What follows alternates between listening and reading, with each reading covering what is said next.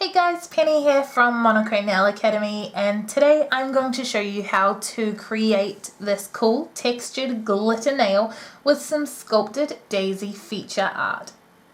This design was actually a request from Angela Singh, and the Instagram account Sharing Vu is the source of our inspiration, so pop along and give them a like and show your support to them as well. I'm starting with just the one coat of artistic colour gloss in Trouble and curing that for the normal 30 seconds. We only need the one coat of Trouble because most of our colour is coming from our glitter. So I'm using this Young Nails glitter, which I'm pretty sure, is just called Silver. And we're going for a textured look, which is going to make our 3D sculpted daisies far more difficult, but that's okay.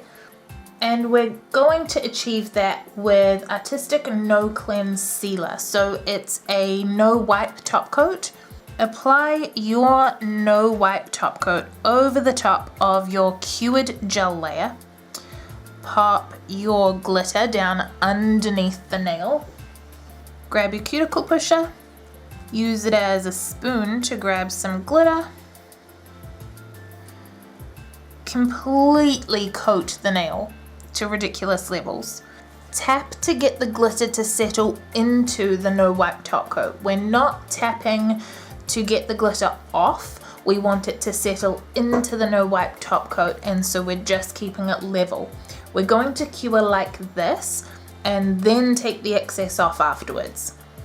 My no wipe top coat cures for 1 full minute in an LED lamp, so while it's curing, pop into the comments below and tell me which of the parts of the design you're most likely to try. Is it the textured glitter or is it the 3D daisies?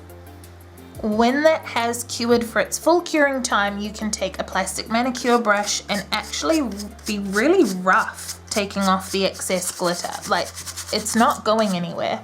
It's really cool and bumpy and textured, but it is cured into that no wipe top coat, so you're stuck with it.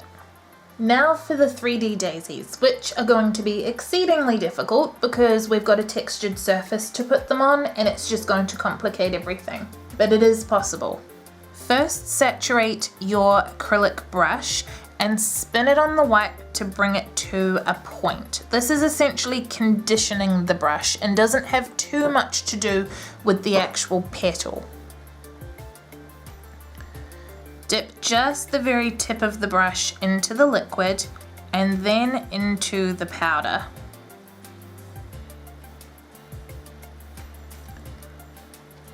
Let that tiny little bead go creamy, and in fact, you can dry it out even more by literally leaving it on the wipe and then picking it up again.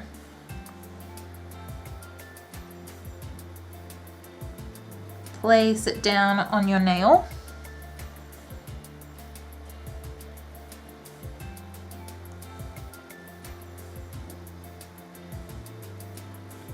Shape it. Constantly reshape your brush as well.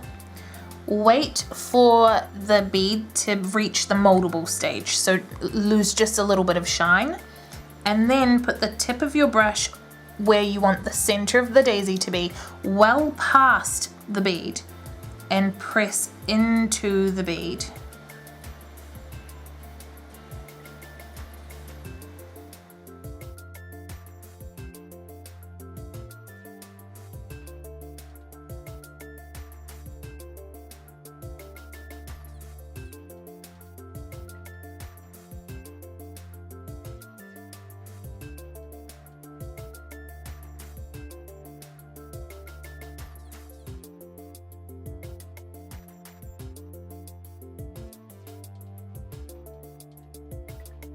If you press too early, then it will just go back to its bead shape, so you'll have to work with a lot more. If you wait until it is moldable, it will stay where you put it.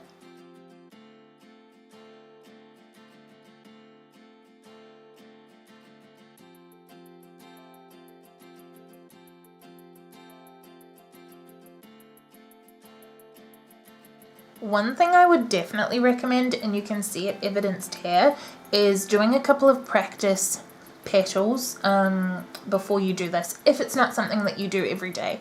You can see in this example here, I don't do 3D art all the time.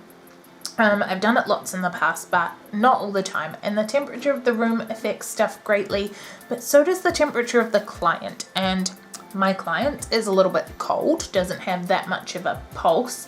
So I'm finding that these are setting up a lot slower than what I'm used to when I'm working with powder on an actual person. And so I'm not really practicing what I preach. I'm not necessarily letting them get to the moldable stage before I play with them, and that's having an impact on the shape popping back. It'll still look really pretty when I add a center, but you want to have just that couple of practice goes if this isn't something that you do all the time, so that you know exactly how long it's going to take to set up and you can get that nice perfect flower. I was much happier with the petals towards the end of the flower.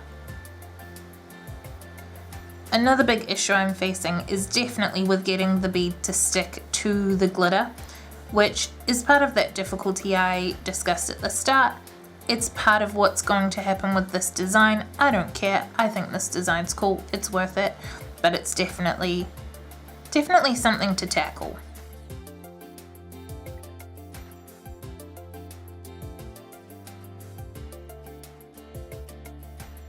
When I am doing 3D work on a client, I will often not actually pour out any additional monomer until I know that I need it, because often you can actually get an entire 3D feature nail out of what's left after having done your backfill or whatever's in your dappen dish. Not always, but I mean, like, this literally still has a couple of petals in it and it looks empty.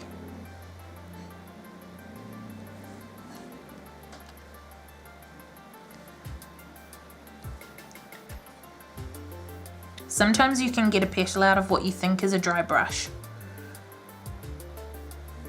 because it doesn't take very much product at all. You think it's cheating turning the wheel round, but a person turns round too. If you are looking this way, when you turn them over and turn their hand folded, now their nails are up the other way. It's possible to move clients lots. That point at the end of the brush is super important. I know a lot of places sell tiny acrylic brushes. No shade if you want to use one of those instead. Personally, I was taught by someone a very long time ago to learn art with your normal brush, because if you can do it with your normal brush, you can do it with anything. So I've just always done it with my normal brush, but that means reshaping the tip constantly, pretty much, to get a brush that I want to use. For my centers, I'm not going to use colored powder. I only have the standard colors, and I don't want to use just a normal concealer powder for this. I'm going to use some crystals that I got just off AliExpress, but they're really pretty. And I've swapped out my white powder for clear. This is clear powder now. I'm going to still pick up a tiny, tiny bead, place it in the center of the flower,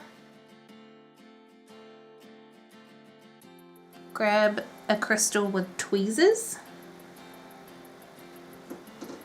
and place that down into that clear bead.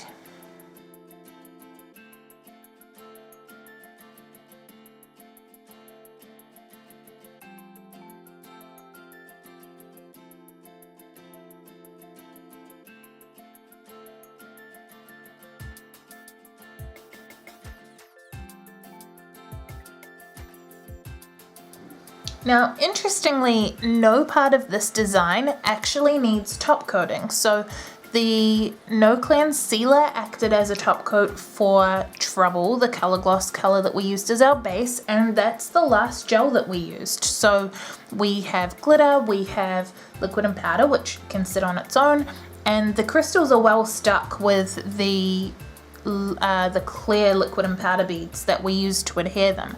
So the 3D will show up better if it stays matte like this. The glitter's not going anywhere, the crystal's not going anywhere. This nail is done with no top coat. I'm kind of loving this design. It was definitely trickier. I'm not a big fan of putting liquid and powder onto the textured glitter. That was difficult, but I think it's pretty. I am a big fan of textured glitter, and I am a big fan of 3D acrylic art, although I wish I'd practiced a little bit before filming the video.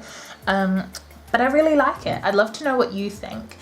Before you disappear, please give us a like or a follow because it really supports what we're trying to do with these videos. Tag me in anything you'd like to see me try and recreate, and until then, I'll see you in the next video.